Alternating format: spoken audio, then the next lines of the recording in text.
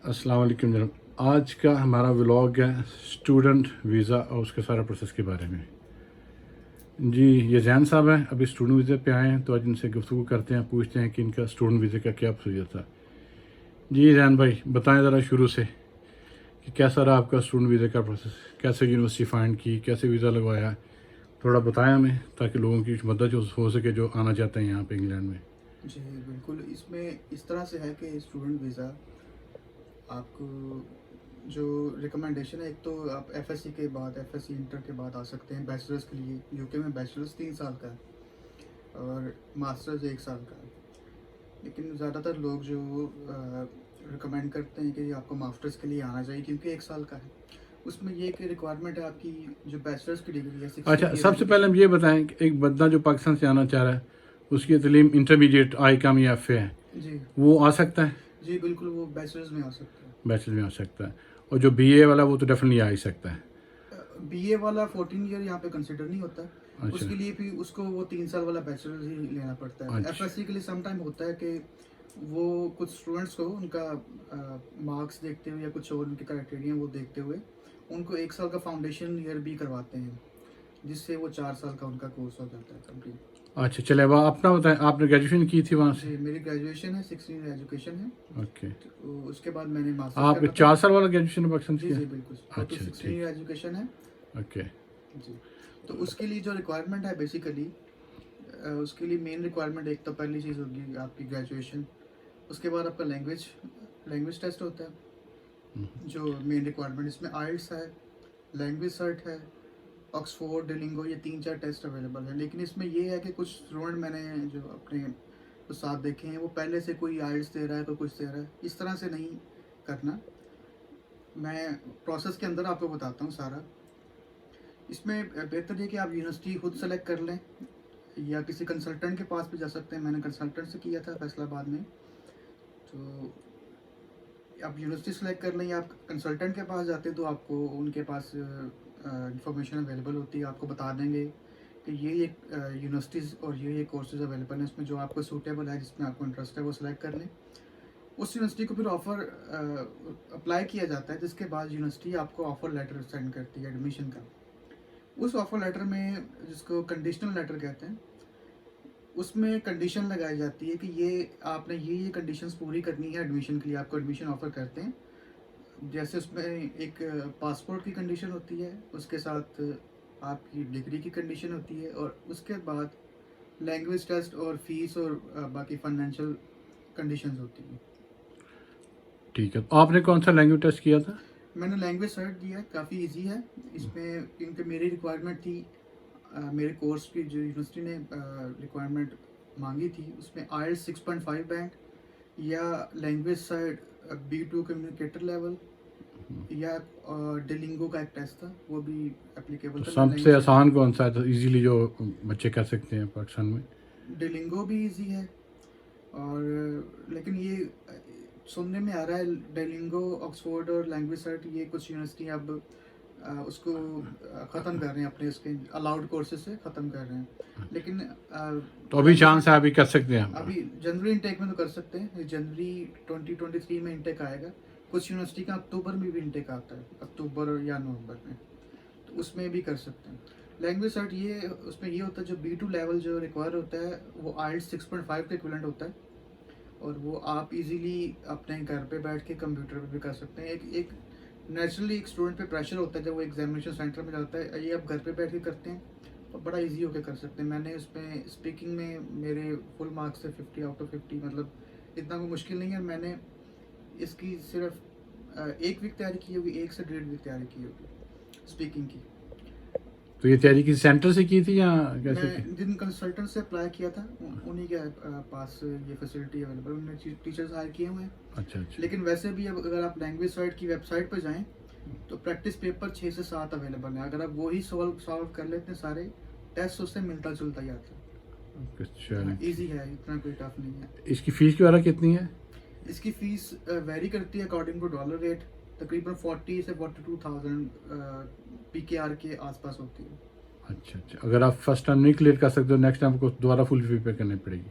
दोबारा फिर full fees, लेकिन आप टेस्ट देने से पहले रीसिट ले सकते हैं। उसकी फ़ीस आई थिंक $23 होती है कि आपने सेकंड अटैम्प्ट अगर आपने पहले से बुक कर पहले से लेते बुक कर लिया तो। हैं। चलें, अब यूनिवर्सिटी की फ़ी जो है उसका क्या किस्सा है, उसका क्या सीन यूनिवर्सिटी है? की फ़ीस इस तरह है कि इधर आपको 2 तरह की कैटेगरीज मिलेंगी।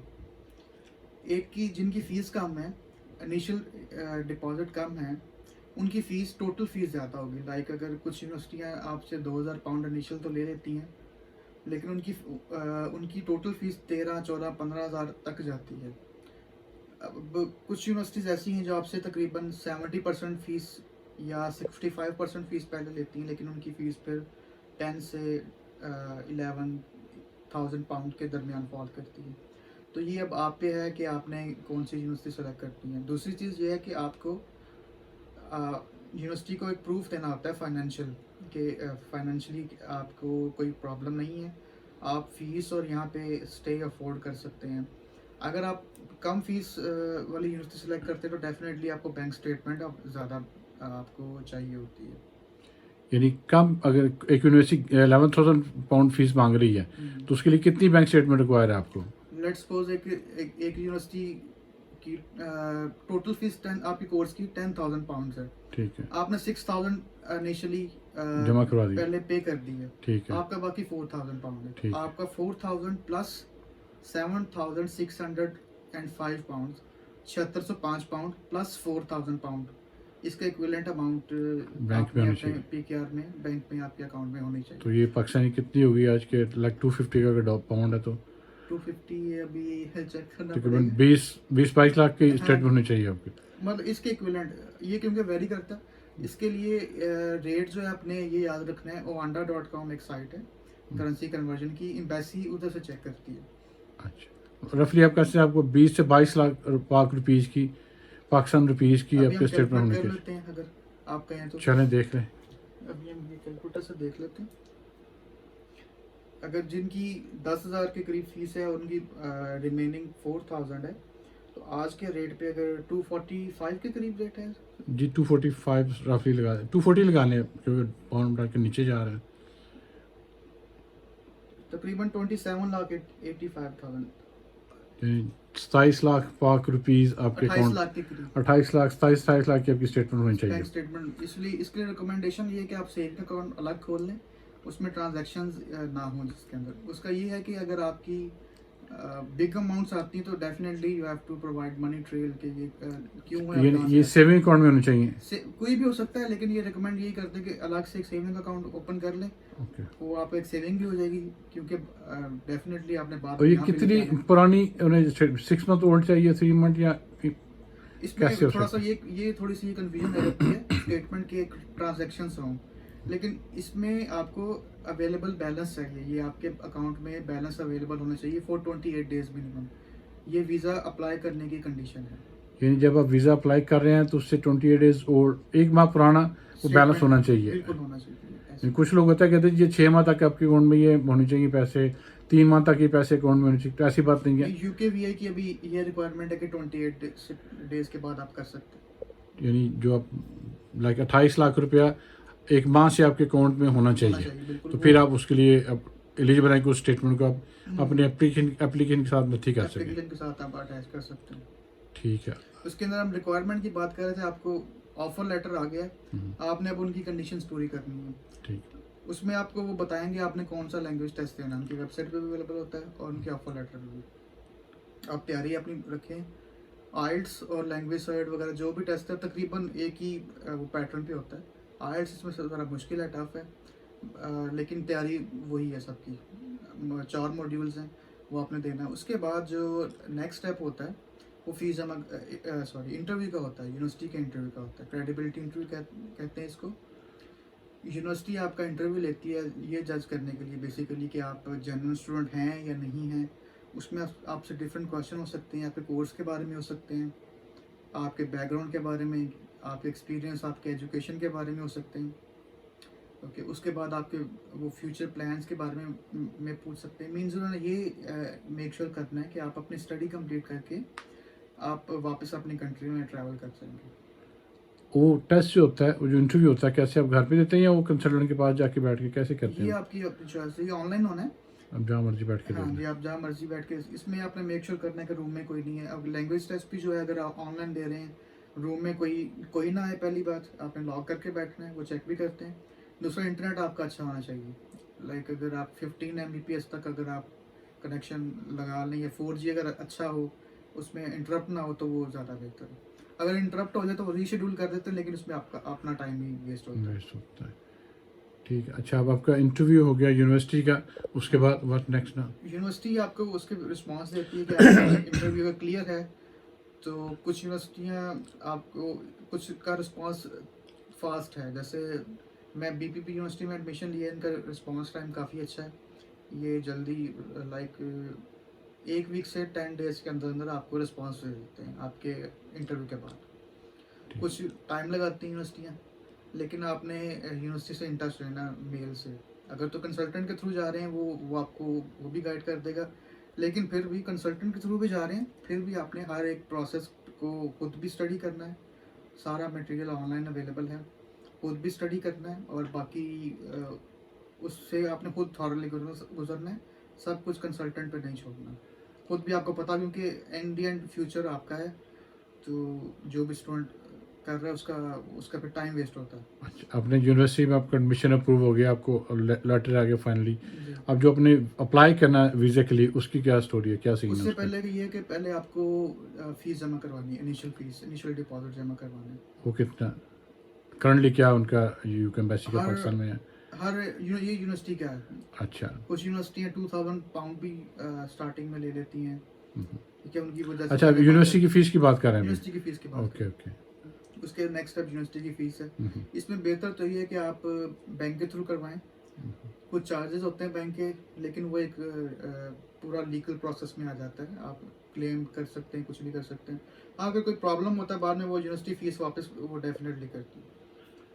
ओके, यूनिवर्सिटी की फ़ी वाला चक्कर हो गया, यूनिवर्सिटी सीन की हो फ़ीस गया आपकी जी। कंफर्म होती है, आप उसको प्रूफ सेंड करते हैं, आपको एक कैश लेटर इशू कर देती है यूनिवर्सिटी। ओके। कैश पहले एक उसका ड्राफ्ट आता है, और उसका आप ओके करते हैं, सब इंफॉर्मेशन देख के 2 दिन बाद आपका फाइनल कैश आ जाता है। जब आपको आपके पास फाइनल कैश आ गया, उसके बाद आपने ऑनलाइन ही UKVI की वेबसाइट से आपने वीज़े के लिए अपॉइंटमेंट लेनी है। ओके। उसके लिए आपके रिक्वायरमेंट है टीबी टेस्ट की। सॉरी, टीबी टेस्ट मुझे मेरे माइंड से निकल गया था पहले। टीबी टेस्ट ये है कि आपकी यूनिवर्सिटी में फीस जमा करवाने के साथ ही आपको टीबी टेस्ट भी करवाना होता ओके। है। वो लाहौर से होता है, इस्लामाबाद से भी होता है। फैसलाबाद से नहीं होता? फैसलाबाद में नहीं है, लाहौर और इस्लामाबाद में। उसकी फ़ीस भी 11,000 है, और वो एक चेस्ट एक्सरे होता है। ओके। अगर आप ओके हैं, तो उसमें कोई मसला नहीं है। तो लाहौर से कोई ख़ास उनके पॉइंट्स है, कोई जी मखसूस, या जी, कहीं से भी करा सकते हैं? मेडिकल सेंटर, अजीज़ मेडिकल सेंटर इसका नाम है। अच्छा, वहाँ से UKVAC करा। अप्रूव्ड है ये। ओके ओके, चलें, वो हो गया। उसके बाद अब फर्दर आपकी फ़ीस भी होगी, कैश लेटर आ गया। टीबी उसके टेस्ट बाद भी हो गया। आप एम्बेसी की फ़ीस पे करेंगे, और health immigration health surcharge, IHS कहते हैं इसको, ये पेमेंट करेंगे। ये टोटल पेमेंट तकरीबन 3 लाख PKR के करीब बनती है। पाउंड का 3 लाख रेट, पाक रुपीज़। 250 के करीब करीब हो, तो इसके करीब बनती है। ओके। क्योंकि इंटरनेशनल पेमेंट है, मैं बता देता हूँ, इसमें आपने कार्ड कोई ऐसा यूज़ करना है जिसकी लिमिट जिसकी लिमिट्स अच्छी हों। क्योंकि एक टाइम पे 3 लाख के करीब डिडक्शन होनी है, साथ टैक्स होना है। 3,10,000 के करीब वो आपके सेम टाइम पे पेमेंट होनी, तो आपका वो कार्ड होना चाहिए जो इतनी अमाउंट उसमें लिमिट है उसकी। ठीक है। मास्टर कार्ड, वीज़ा कार्ड से पेमेंट होती है। ये जो फ़ीस है, ये नॉन रिफंडेबल, अगर आपका वीज़ा नहीं लगता, ये फ़ीस आपको ये वापस नहीं रिफंड मिलेगी? नहीं होती। हेल्थ इंश्योरेंस का मैं श्योर नहीं हूँ, आई थिंक वो वापस हो जाती है। लेकिन अच्छा, एम्बेसी की फ़ीस रिटर्न नहीं होती। वो तो डेफिनेटली वीज़ा फ़ीस तो रिटर्न नहीं जी होगी ना। जी। अच्छा, अब आपको वो हो गया, आप इसका वीज़ा लगने का सीन, आपका इंटरव्यू होता है एम्बेसी में ऑनलाइन या फिजिकली, या बस डॉक्यूमेंट्स पे ही सारा? अभी तक इंटरव्यू नहीं हो रहा है एम्बेसी का। अभी तक मैंने जिस सारे प्रोसेस से गुजरा हूँ, अप्रैल से लेके अभी सितंबर तक, इसमें सिर्फ एक पर्सन का मैंने सुना था कि उसका एम्बेसी से इंटरव्यू के लिए कॉल आई थी। उसकी रीज़न ये थी कि उसका UK का रिफ्यूज़ल था एक। सिर्फ उसे कॉल आई मैंने सुना, और किसी का मेरे नॉलेज में नहीं है। आमतौर पे इंटरव्यू नहीं होता। जो आपका यूनिवर्सिटी का इंटरव्यू है, वो डेट्स इनफ। उसके और कितनी देर बाद आपको वीज़े की कंफर्मेशन आती है जब अप्लाई करते हैं आप? इसमें 3 तरह की सर्विसेज हैं। इसमें सबसे जो स्टैंडर्ड सर्विस है, वो तकरीबन 3 से 4 वीक ले जाती है। जब आपने ऑनलाइन अपने फीसेस पे कर दी हैं, अपॉइंटमेंट ले ली है। ओके इसमें ये मैं बता देता हूँ, इस्लामाबाद की अपॉइंटमेंट मिल जाती है नेक्स्ट डे की VFS ग्लोबल से। ओके। अगर आपने लाहौर अपॉइंटमेंट लेनी है तो 48 आवर्स के बाद मिलती है। तो वहाँ पे जाके आपके डॉक्यूमेंट चेक करके वो सबमिट करते हैं बस? वो मैं वो फिंगरप्रिंट बताता हूँ। इसके अलावा मीरपुर में मेरा सेंटर है और कराची में भी सेंटर है। ओके तो उसमें होता ही है कि आप डॉक्यूमेंट्स खुद भी अपलोड कर सकते हैं और आप वहाँ जाके भी अपलोड करवा सकते हैं। वो आप ओरिजिनल साथ ले जाएं, वो आपके अपलोड कर देंगे। उसकी वो फीस चार्ज करते हैं कुछ ओके माइनस ही 4-5,000, लेकिन आप खुद अपलोड कर रहे हैं तो उसमें कोई इशू नहीं है। उसमें सारे वो मेंशन होते हैं कि आपने कौन कौन से, जब आप वीज़ा एप्लीकेशन बना रहे होते हैं, सारे मेंशन होते हैं कि आपने क्या क्या डॉक्यूमेंट साथ अटैच करने हैं। लाइक एक स्टूडेंट के लिए पासपोर्ट उसका चाहिए, उसकी डिग्री चाहिए, उसका लैंग्वेज टेस्ट चाहिए, उसका रिज़ल्ट, उसके बाद उसका कैश लेटर चाहिए, क्योंकि कैश लेटर पर मेंशन होता है कि आपकी फ़ीस कितनी है और रिमेनिंग फ़ीस कितनी है। वो यूनिवर्सिटी आपको भी भेजती है और UKVI को भी भेजती है, ओके। वो क्रॉस चेक हो जाता है। उसके बाद इसमें 3 तरह की सर्विसेज हैं। एक तो स्टैंडर्ड सर्विस है जो 3 से 4 वीक में आपका वीज़ा स्टैंप होके आ जाता है। वो आपने ऑप्शन है कि आप जाके कलेक्ट कर लें या कोरियर ले लें। कोरियर भी नेक्स्ट डे या 2 डेज में पहुंच जाता है, depending upon your home location. दूसरी सर्विस जो मैंने ली थी उसमें 5 वर्किंग डेज में वीज़ा स्टैंप हो जाता है। उसकी कुछ फ़ीस होती है UKVI की, वो चार्ज करते हैं, प्रायोरिटी सर्विस कहते हैं। उसके अलावा एक सुपर प्रायोरिटी सर्विस भी है, वो 24 आवर्स में भी आप डिसीजन ले सकते हैं और ये सिर्फ प्राइमरी एप्लीकेंट के लिए है। अच्छा क्योंकि इसके साथ जो स्टूडेंट है वो डिपेंडेंट अपने लेके जा सकता है, मीन स्पाउस और चिल्ड्रन किड्स अपने लेके जा सकता है। तो उनकी नहीं होती, उनकी स्टैंडर्ड सर्विस ही होती है। प्राइमरी एप्लीकेंट जो स्टूडेंट है उसकी ये सिर्फ ये प्रायोरिटी सर्विस मिलती है। उसकी रीज़न ये कि यूनिवर्सिटी का पीछे ज्वाइनिंग के लिए टाइम कम होता है, तो इसलिए उनको ये service avail on payment avail कर सकते हैं। इसमें कितना एक्स्ट्रा पे करना पड़ता है आपको स्टैंडर्ड के अलावा? इसमें आपको अगर अपॉइंटमेंट मिल जाए तो अराउंड मैंने 94,000 तकरीबन पे किया था। 94,000? PKR में 94,000? Yes. A lot of money. Okay. हाँ, क्योंकि मुझे थोड़ा सा डिले हो गया था। कुछ ईद पहले जब फीस जमा करवा रहे थे तब ईद की छुट्टियां आ गई थी। फिर जब ये वाला मैटर था सारा कैश वाला और बाकी सब, इसमें मुहर्रम की छुट्टियां आ गई। तो ये इसलिए मेरा थोड़ा आप- सा ना बैंकिंग की छुट्टी के वजह से मामला थोड़ा सा आगे चला गया था। तो फिर जाहिर है जब आप इतना कितने पैसे expenses खर्च करके कर आ रहे रहे हैं हैं तो तो वहाँ पे फिर 90,000 ज़्यादा नहीं लगता कुछ टाइम पे।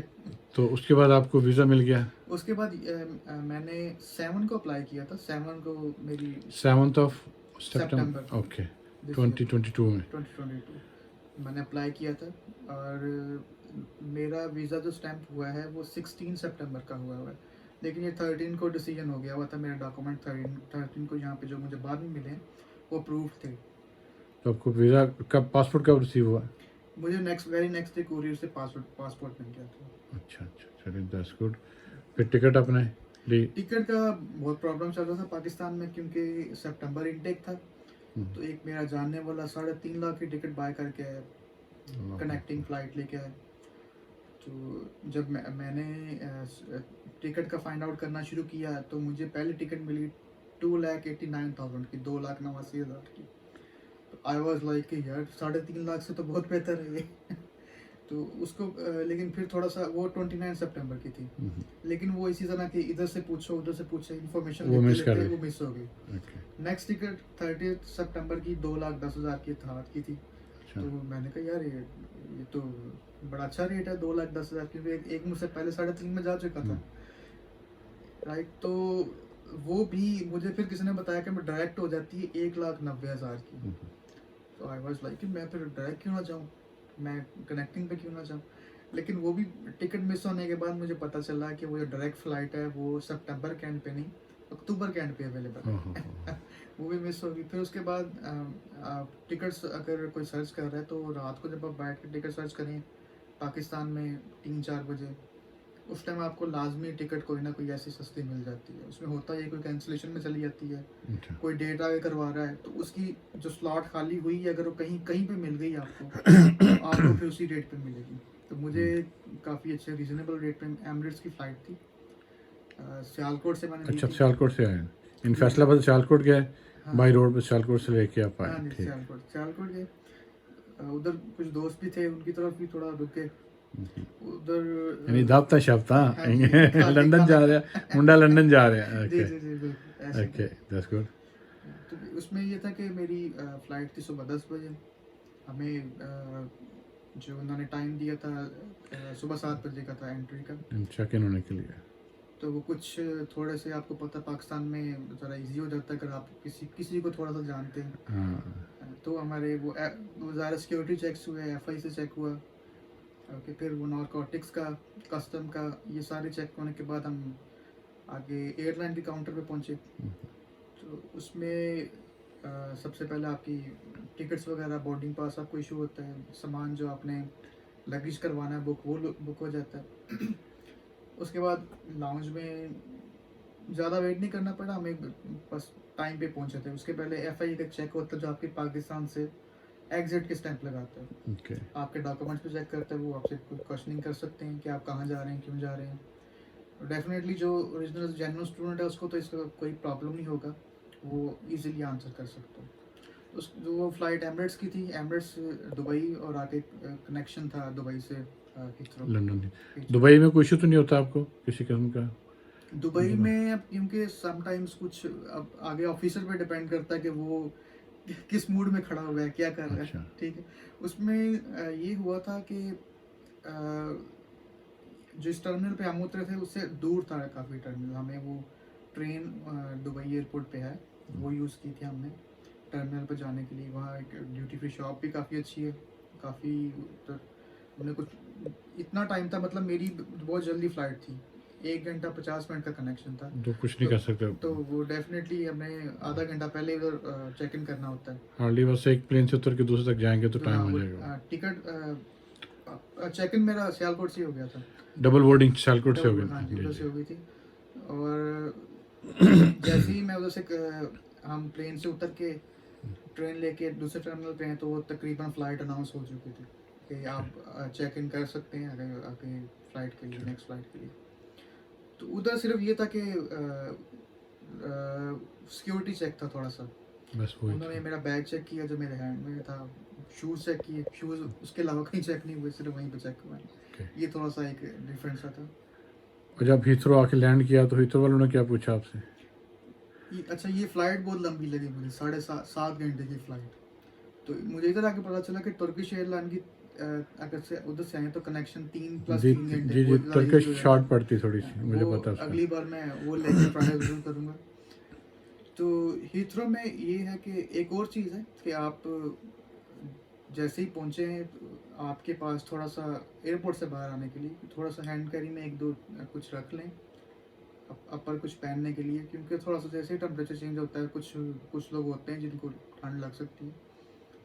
तो हीथ्रो में ये है कि क्योंकि आमतौर पे एयरबस आता है दुबई से, A380। हाँ A380 काफ़ी पैसेंजर्स होते हैं, तो उसमें क्यू लग जाती है काफ़ी। तो आप कोशिश करें आप निकल के बस तेज़ी से चलते चलते आप आगे चले। उसमें 2 क्यूज़ होती हैं, एक यूके, यूएसए, कनाडा वगैरह के पासपोर्ट होल्डर्स की वो अलग क्यू होती है, और दूसरी जैसे जो कि मी माई सेल्फ।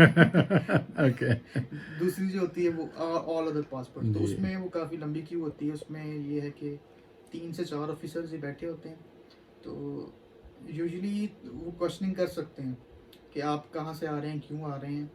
आपका वो एजुकेशनल डॉक्यूमेंट्स में कैश भी है, वो अपने साथ रखना है।